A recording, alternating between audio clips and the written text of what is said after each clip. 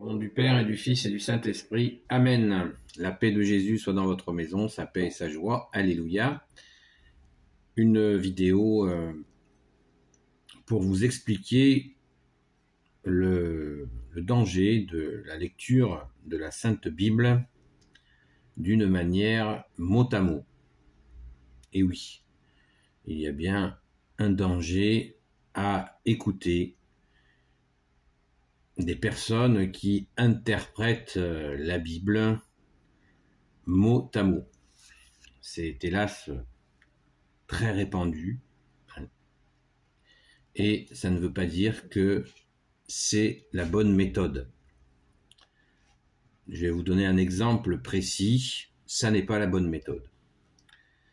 Nous allons écouter la parole inspirée, la Sainte Bible. La Bible, qui est composée de 73 livres, et la Bible catholique. N'oublions pas que l'Église primitive, c'est l'Église catholique, et que la Bible a été la première version complète de la Bible, Ancien et Nouveau Testament, eh bien, c'était en l'an 400. Donc, vous imaginez que l'Église s'est faite bien avant. Elle a commencé, c'est Jésus qui a commencé à faire, merci Jésus, son Église. Et bien sûr, au tout début, Jésus n'est pas venu avec une Bible sous le bras.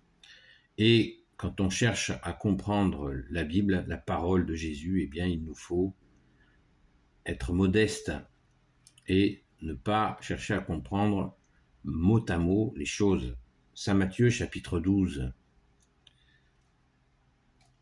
Jésus a-t-il des frères? Certains annoncent ça comme si ils avaient découvert un secret. Jésus a des frères, je vais vous en donner la preuve. Mais moi, je vais vous donner la preuve qu'il n'en avait pas. Il en avait certes, mais pas des frères de sang. Écoutons la parole. Chapitre 12, verset 46. Saint Matthieu. Comme Jésus parlait à la foule, sa mère et ses frères étaient là, dehors, et voulaient lui parler. Quelqu'un lui dit, « Ta mère et tes frères sont là dehors, et ils voudraient te parler. » Verset 46-47. Jésus leur répond, mais lui répond à celui qui est venu l'avertir, « Qui est ma mère, et qui sont mes frères ?» De la main, il montre ses disciples, et il dit, voilà ma mère et mes frères, quiconque fait la volonté de mon Père des cieux est pour moi un frère, une sœur ou une mère. C'est très clair, c'est très clair. Il dit à ses disciples que ils sont ses frères, sa mère, ils sont sa famille. Ça ne prouve pas que Jésus, que la très sainte Vierge Marie n'était pas vierge.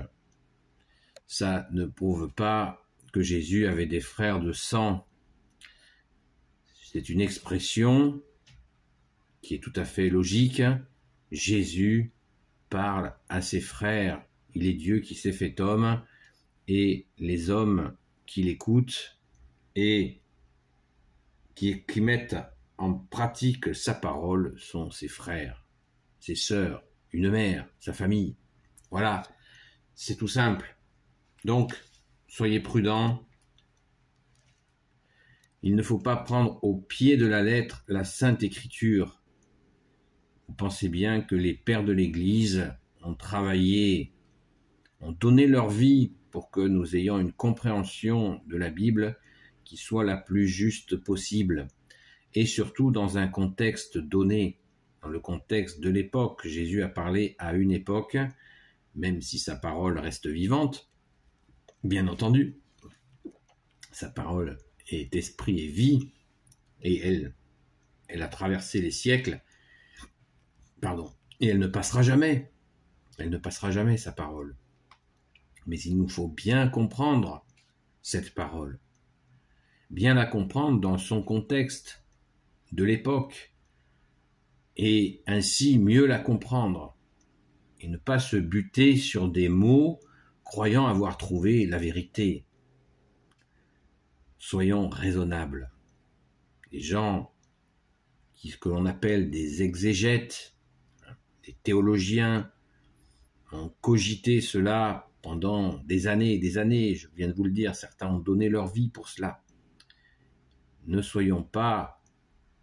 nous improvisons pas théologiens comme ça, par un claquement de doigts ou par une lecture répétée, on peut répéter la même erreur.